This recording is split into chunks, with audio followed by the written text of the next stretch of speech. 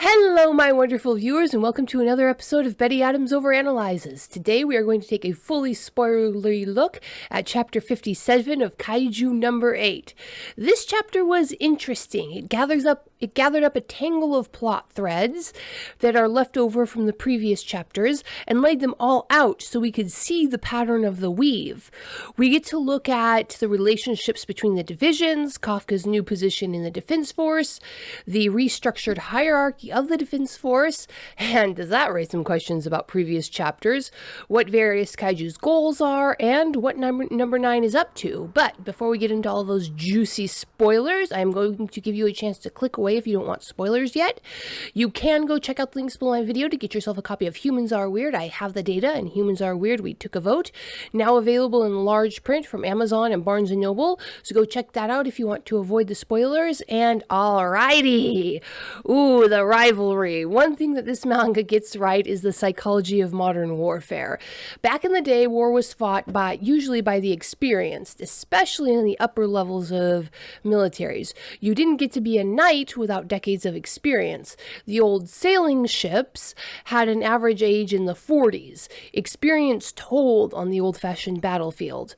With the intense nature of modern warfare, physical ability and speed of reflexes counts for more and more, so that the average age of special ops units has gotten younger and younger. It isn't a stretch to say that most of our aircraft carriers, no matter what country you're in, are manned by essentially sleep-deprived teenagers.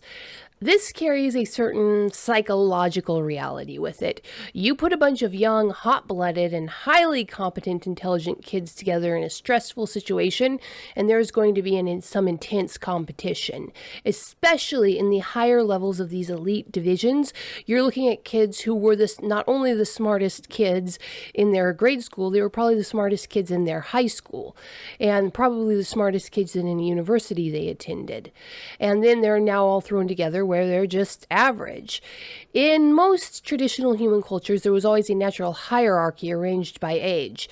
In any village, town, or even workplace, there are always a substantial amount of older, cooler heads in any group. Older men and women who had already got past the stages where they were insecure about their place in the world, and therefore likely to engage in stupid acts of competition. These older matriarchs and patriarchs kept the group rivalries from getting out of hand, if for no other reason than they are too tired for any of this nonsense. But in a modern military like the Defense Force, you really don't have that. Yes, there are the officers, but the physical stress of the job means that most folks are going to wash out due to fatigue, injuries, or even death pretty quickly, leaving a body of soldiers that average young and, well, stupid. And while we get to see this in full swing in this chapter, it's not so much of a surprise that our beloved and childlike Captain Narumi is out there swinging at the 3rd Division with no thought to tactics, but even the ultra-responsible and utterly unflappable Vice Captain Hoshina is doing the quiet kid thing of standing back and taking jabs at all of Captain Narumi's soft spots. Of course, the long-suffering Hasegawa finally steps in and cools things down, but the flying sparks and raging egos does seem to be a situation that the older technicians, especially in the scientific department, have really just accepted as part of their life. Kaiju come and ruin the city, hot-headed officers getting fights in the middle of the base. Now, ever since way back in Chapter 32, we've been waiting for one big confrontation. This one of a completely different sort. This is the one between Kafka and Vice Captain Hoshina. I am still on pins and needles here. Just like with the divisional rivalry, this goes back to the fact that Vice Captain Hoshina is still very young and he trusted Kafka. Hoshina and Kafka bonded over their mutual struggles, always having to work harder and longer than those around them. Their admiration, almost worshipful of Captain Hoshiro, though through this they build up an odd sort of friendship and rivalry, and Kafka betrayed the trust that friendship was built on. Now we all know and sympathize with his reasons, but that still doesn't change the fact that he did. Remember that look in Vice Captain Hoshina's eyes as he stood on guard over Kafka while Kafka was in lockdown at the end of the attack on Tachikawa base. Now we have Captain Ishiro's word that no one in the 3rd Division considers Kafka a kaiju, but even if that's 100% true, that doesn't change the fact that the relationship between Kafka and Vice Captain Hoshina is badly damaged. And that is the very first thought that crossed Kafka's mind when Hasegawa informs him that Vice Captain Hoshina is on the base. Kafka feels the need to apologize and I'm sure that the weight of his betrayal was really weighing on him. And as I said before, I am just on pins and needles to see how that goes down, while at the same time being very aware that we might not get to see that confrontation for months. There are so many story threads picked up in this chapter. We might see the big confrontation next chapter. We might not see it until the divisions have worked out a training schedule. We might not see it till number 9 has made some sort of mood, or number 10 has been handed over to Hoshina. There has been some sort of brawl between divisions, or any number of differences. There are so many things that might stand between this confrontation between Vice Captain Hoshina and Kafka, and so we don't know if that's coming next chapter or not. And this uncertainty, these building up these relationships that can be broken, I think is what really saves any good Shonen Jump manga, but especially Kaiju number 8, from the whole of being predictable.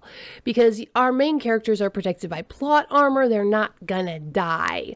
Not permanently. We're not even 100% sure that Director General Shinamaya has 100% died, but their relationships can suffer.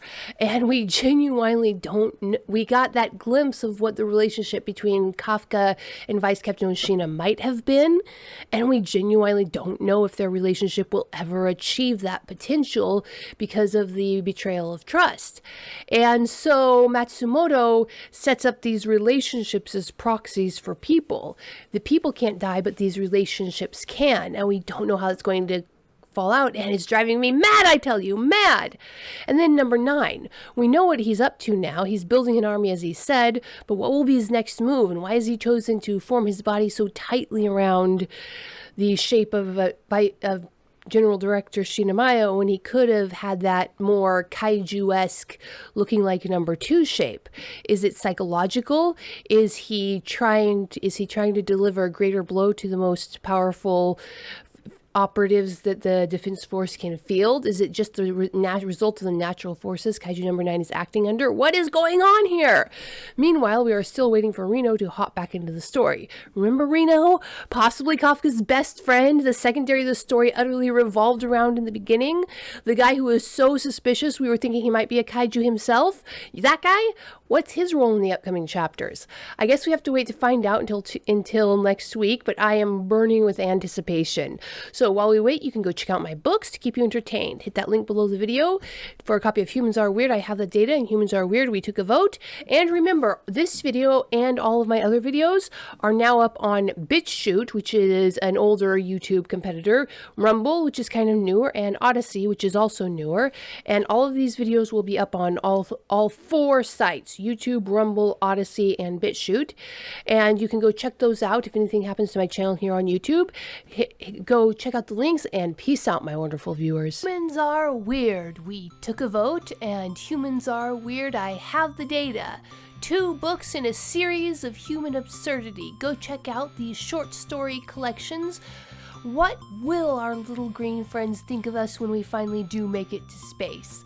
Find out the answer in 2 books of human absurdity. Humans Are Weird, we took a vote, and Humans Are Weird, I have the data. Available on Amazon, Barnes & Noble, Kobo, and Google Play.